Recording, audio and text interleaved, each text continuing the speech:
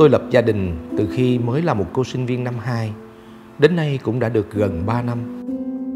Khi ấy tôi mới 22 tuổi.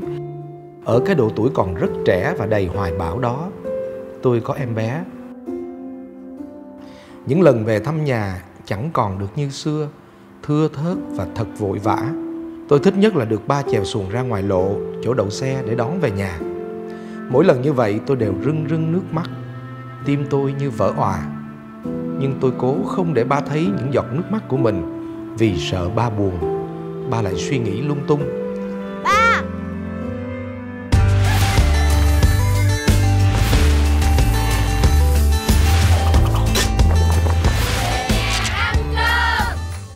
Về nhà ăn cơm được tài trợ bởi nhãn hàng Hafele.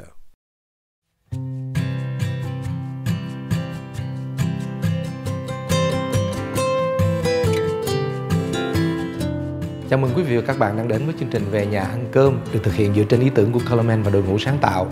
Chương trình cũng rất hân hạnh nhận được sự tài trợ của nhãn hàng Hafele đã đồng hành cùng với chương trình. Về nhà ăn cơm chính là nơi chúng ta cùng sống lại những kỷ niệm thân thương về bữa cơm nhà thông qua những lá thư khán giả gửi về cho chương trình. Bởi vì chẳng có ký ức nào về gia đình lại có thể thiếu vắng một mâm cơm.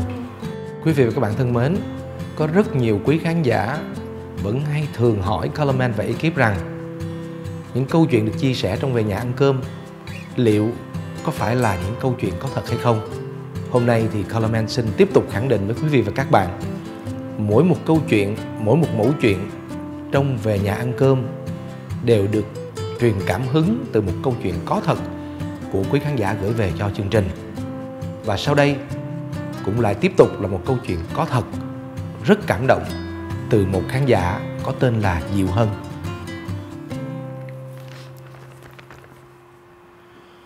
Lời đầu thư, em xin gửi lời chào, lời chúc sức khỏe đến anh chị trong ban biên tập chương trình Về nhà ăn cơm, đặc biệt là chú Colorman. Cái tên chương trình làm em bùi ngùi và lắng lòng lại. Em chợt nghĩ không biết đã bao lâu rồi mình chưa về nhà ăn cơm.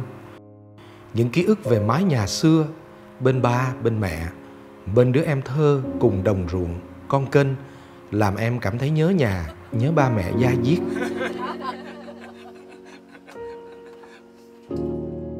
Và rồi em đã viết ra những ký ức tươi đẹp của mình gửi về cho chương trình.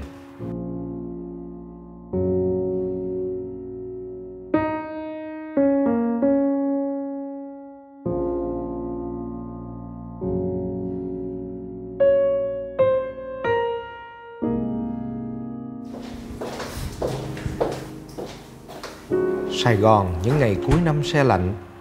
Tôi lập gia đình từ khi mới là một cô sinh viên năm 2. Đến nay cũng đã được gần 3 năm. Khi ấy tôi mới 22 tuổi. Ở cái độ tuổi còn rất trẻ và đầy hoài bão đó, tôi có em bé. Sau nhiều bối rối trăn trở, tôi quyết định bỏ dở con đường học vấn, từ bỏ tương lai rộng mở để lấy chồng.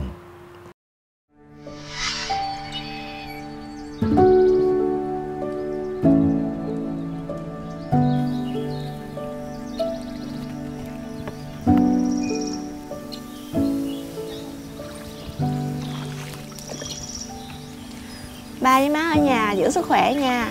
Con cũng vậy nha.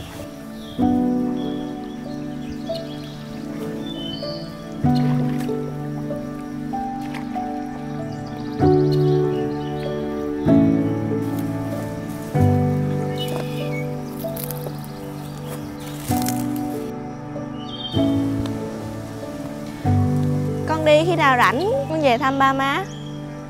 Ba má ở nhà khỏe nha. Con đi giữ gìn sức khỏe nha. Dạ. Dạ ba về đi ba.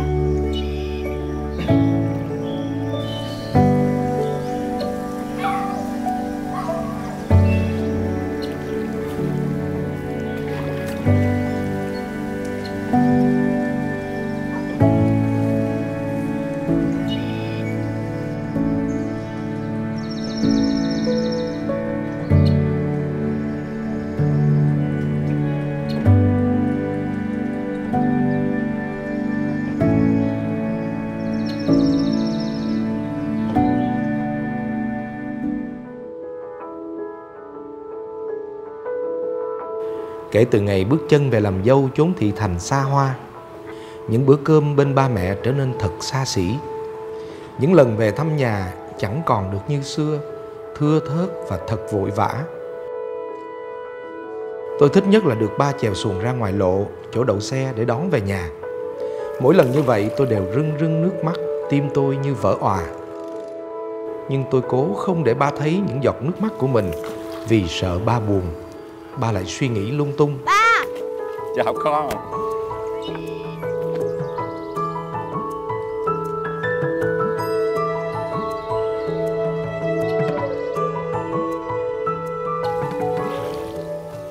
Ba dạo này khỏe không? Khỏe con.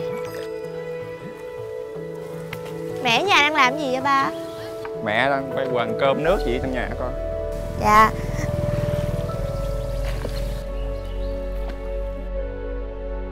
Tôi nhớ hồi còn học đại học, cứ cuối tuần được nghỉ là tôi lại về quê ăn cơm với ba mẹ. Ba mẹ con mới về.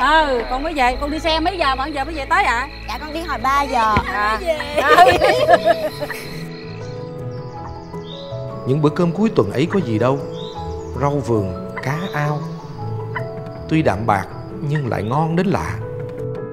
Tôi thích lắm cái không khí mỗi người một nhiệm vụ cùng nhau chuẩn bị cho bữa cơm gia đình. Em gái tôi thường theo mẹ ra vườn, hái về vài ba loại rau. Ba thì đi bắt vài con cá ở cái ao sau hè. Còn tôi thì được giao nhiệm vụ canh nồi cơm củi sôi sùng sục trên bếp. Đối với tôi, mâm cơm nhà mình đặc biệt bởi vì nó hoàn toàn cây nhà lá vườn, có gì nấu nấy. Thường là cá của ba bắt được thì một con đem kho quẹt, một con đem đi làm món canh tập tàn với đủ loại rau mẹ hái được.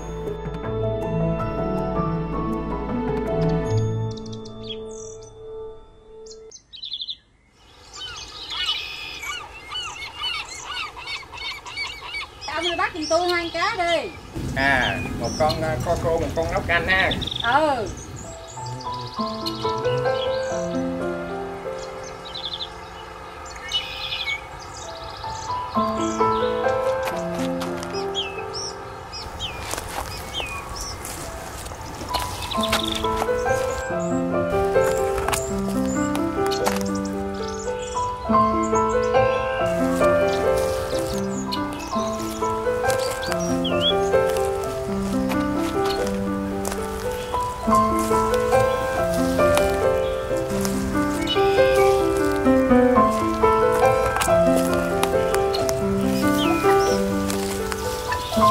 Mẹ ơi con thấy được nhắm mốt rồi nè.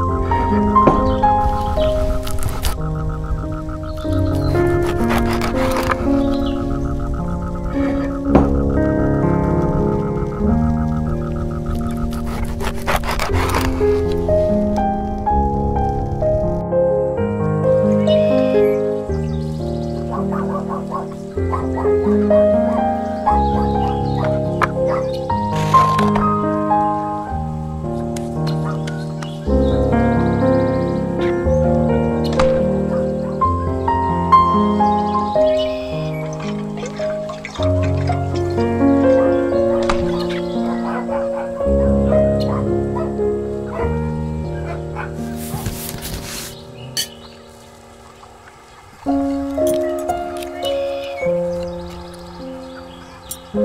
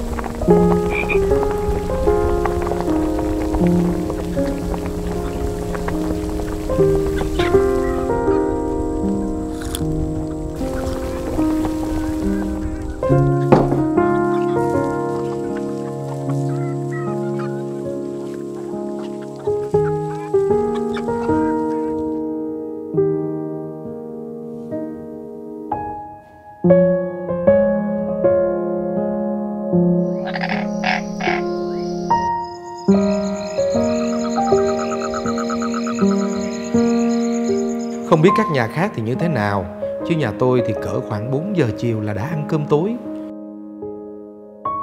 Ba luôn tranh thủ làm cho xong những công việc vườn tược, rồi xuống tắm ào vài gáo nước để cho kịp mâm cơm. Mẹ, em gái và tôi tranh thủ dọn cơm ra, đợi ba lên ăn. Ông ơi, xong chưa? Ra ăn cơm. Vô rồi, tới đây.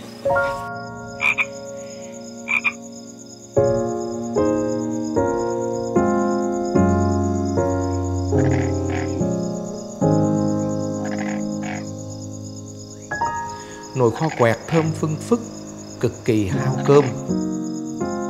Tô canh nóng hổi, vị thanh ngọt của rau và mướp hòa với vị ngon ngọt tự nhiên của cá lóc. Ôi, cái vị nó ngon làm sao. Vừa ăn chúng tôi vừa nói chuyện về đồng áng của ba, chuyện buôn bán chợ búa của mẹ, chuyện học hành của tôi và em.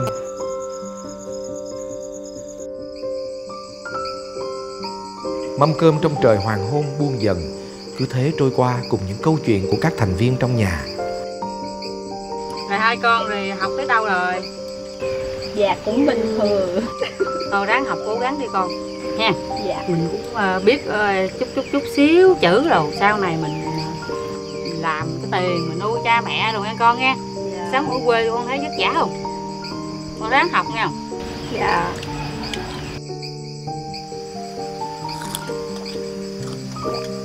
Mẹ nấu canh ngon quá à.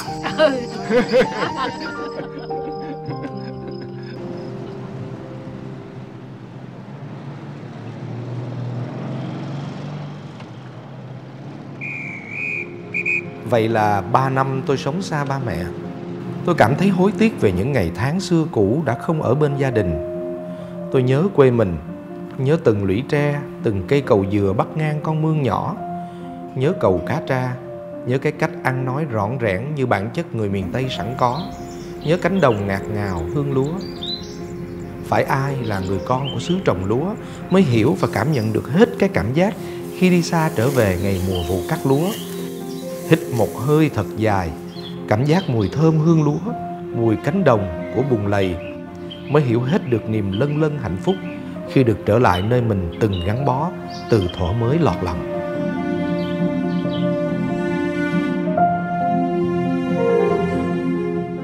Sống ở Sài Gòn nhưng lòng tôi chưa bao giờ nguôi thương nhớ dòng Riềng, nơi tôi sinh ra và lớn lên, nơi tôi gửi lại biết bao ký ức vui buồn cùng ba mẹ.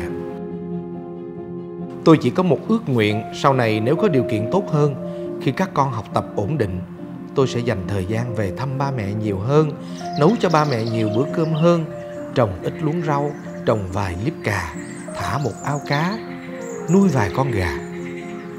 Mỗi ngày trôi qua trong êm đềm nơi miệt sông nước yên ả, nghe tiếng máy chạy trên sông, đêm đến ngắm trăng, nằm nghe tiếng ếch nhái râm ran khắp trời.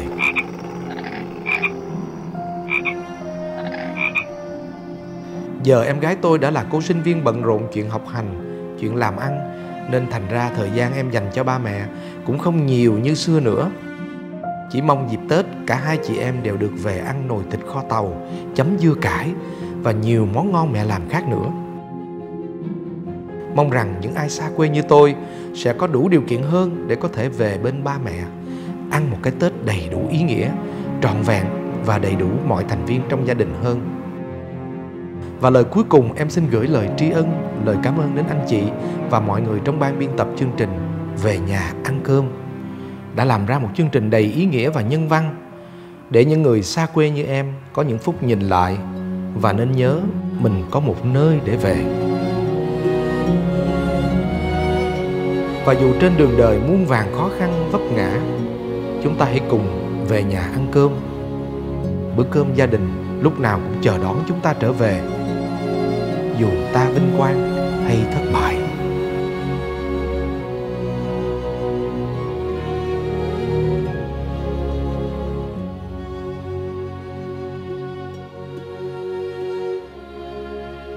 Quý vị và các bạn thân mến, có thể nói Về Nhà Ăn Cơm là một trong những series mà Colorman tâm đắc nhất trong tất cả những series mà Colorman đã từng làm trên kênh YouTube của mình. Bởi vì thông qua Về Nhà Ăn Cơm thì Colorman được lắng nghe rất là nhiều câu chuyện của rất nhiều quý khán giả từ khắp mọi miền đất nước và thậm chí là ở nhiều vùng lãnh thổ khác nhau trên thế giới. Vui có, buồn có, cảm động rớt nước mắt cũng có. Sau 15 tập của Về Nhà Ăn Cơm thì điều mà Colorman rút ra được đó là giá trị gia đình thông qua cái bữa cơm nhà. Và bản thân mình cũng vậy, mình vẫn còn rất là thiếu sót, mình thiếu trân trọng cái bữa cơm quây quần bên gia đình.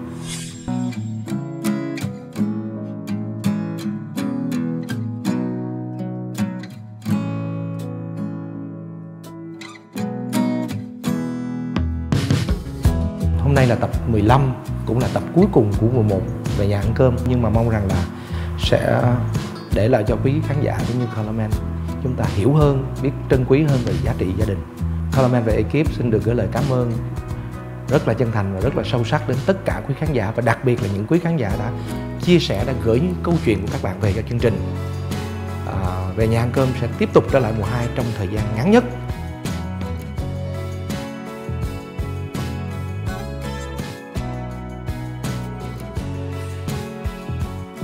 Đến đây thì Colorman và ekip sản xuất Về Nhà Ăn Cơm xin được chào tạm biệt quý vị và các bạn, và hẹn gặp lại quý vị và các bạn trong mùa 2. Xin chào tạm biệt.